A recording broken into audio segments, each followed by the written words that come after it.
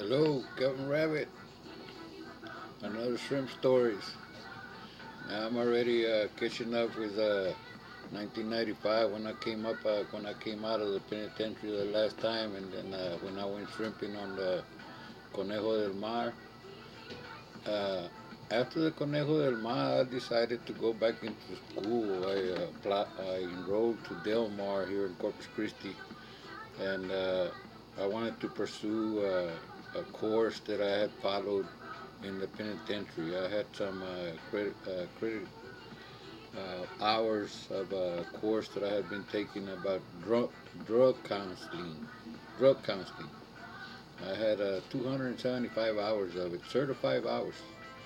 Uh, but I still need another 200 something hours to finish the course, so I didn't finish it. So that's why I decided to go into Del Mar in 96. 96. So, and that one right there was going to be, I think it was a 7 month program there where I was going to get certified through Del Mar for drug counseling.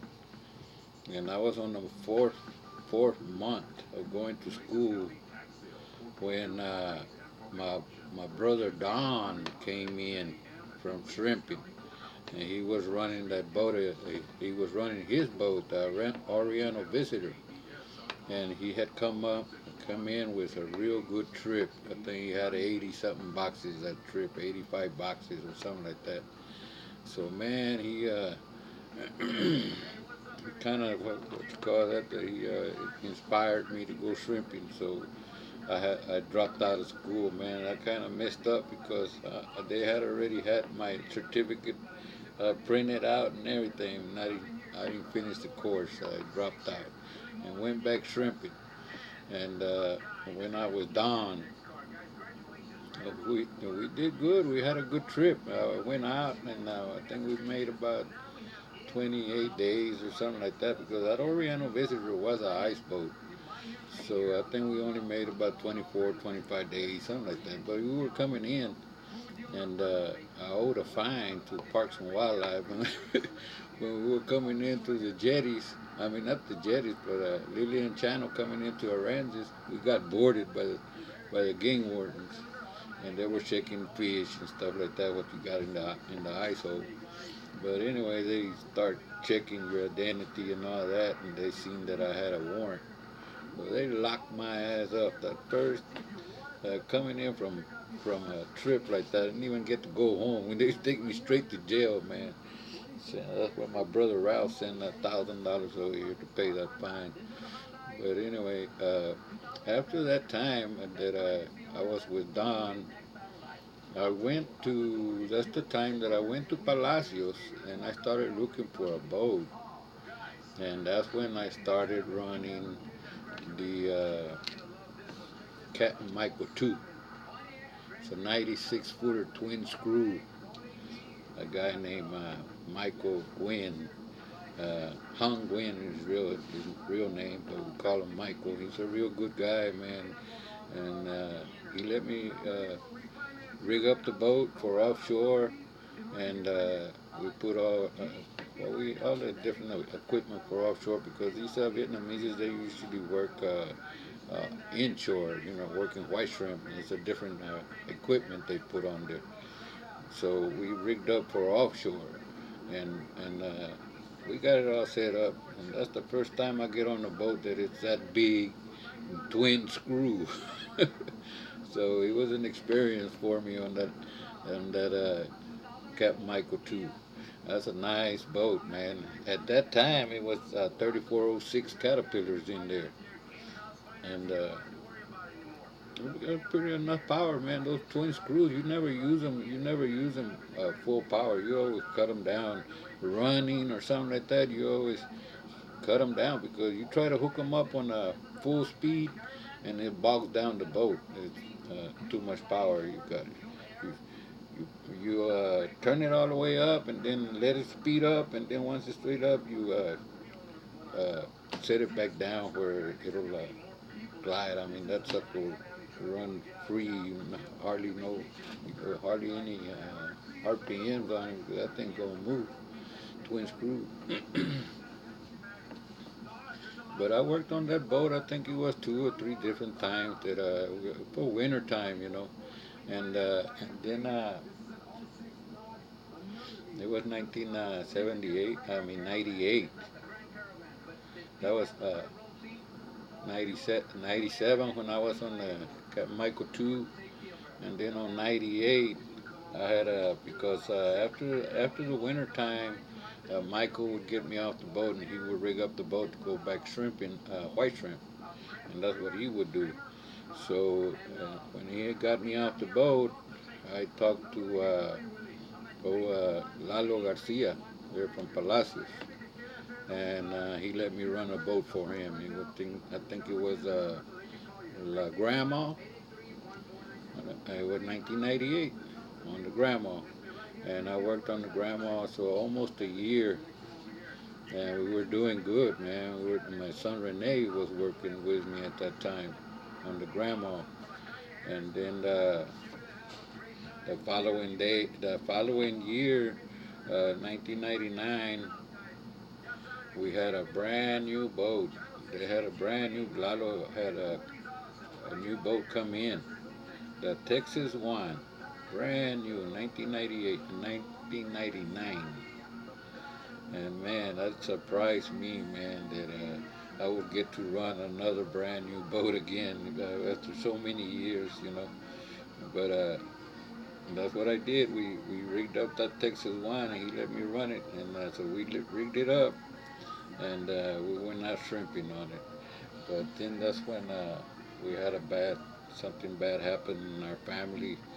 And that was the first trip that I made on the Texas One. I was on my 20th day out offshore. We were dragging offshore, clocking, uh, and then I get called on the side band.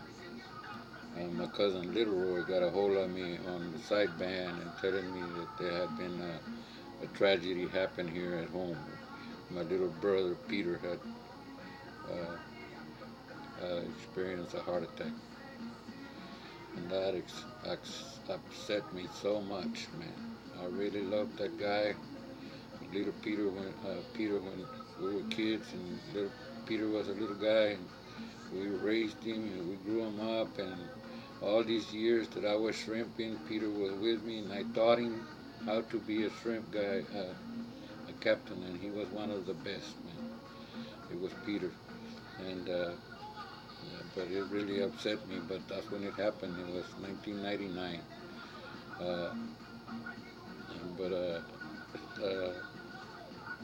it really surprised the shit out of the whole family. But anyway, that day before I went out, that day, the first day on the Texas One, I went to Peter's house, and that early in the morning, and he had already taken a shower and all that. When we sat down, we were drinking coffee and talking, and he had plans that he was going to open up a fish market, another one in Gregory, and that's what he was talking about, and that's what he was getting ready to go work, talk to those people that own that place, and so he was doing good. I mean, he had the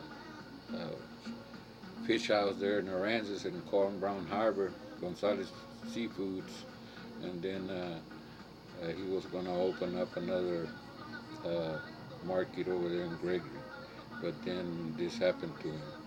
So, man, what can you say? Uh, uh, well, you know how life is, man. Life ain't fair. So we're here today and gone tomorrow. We never know what the hell's coming your way, man. Where you going to? But it's only in God that wants that plan what's going on, where you're going. But that's what I wanted to talk to. Where I'm at on the 99. Was when I was on the Texas One. I didn't last too much on that boat.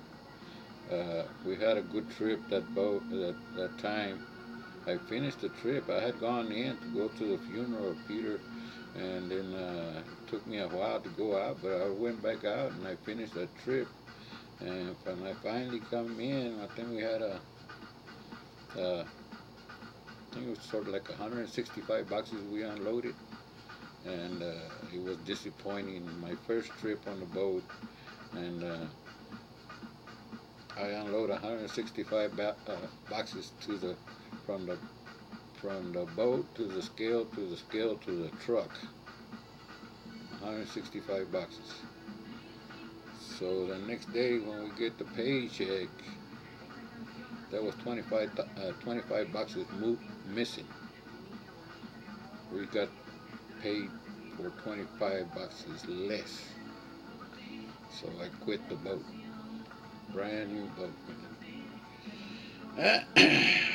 But I've always been that kind of guy. You don't pay me right, I ain't gonna work for you. So that's what happened.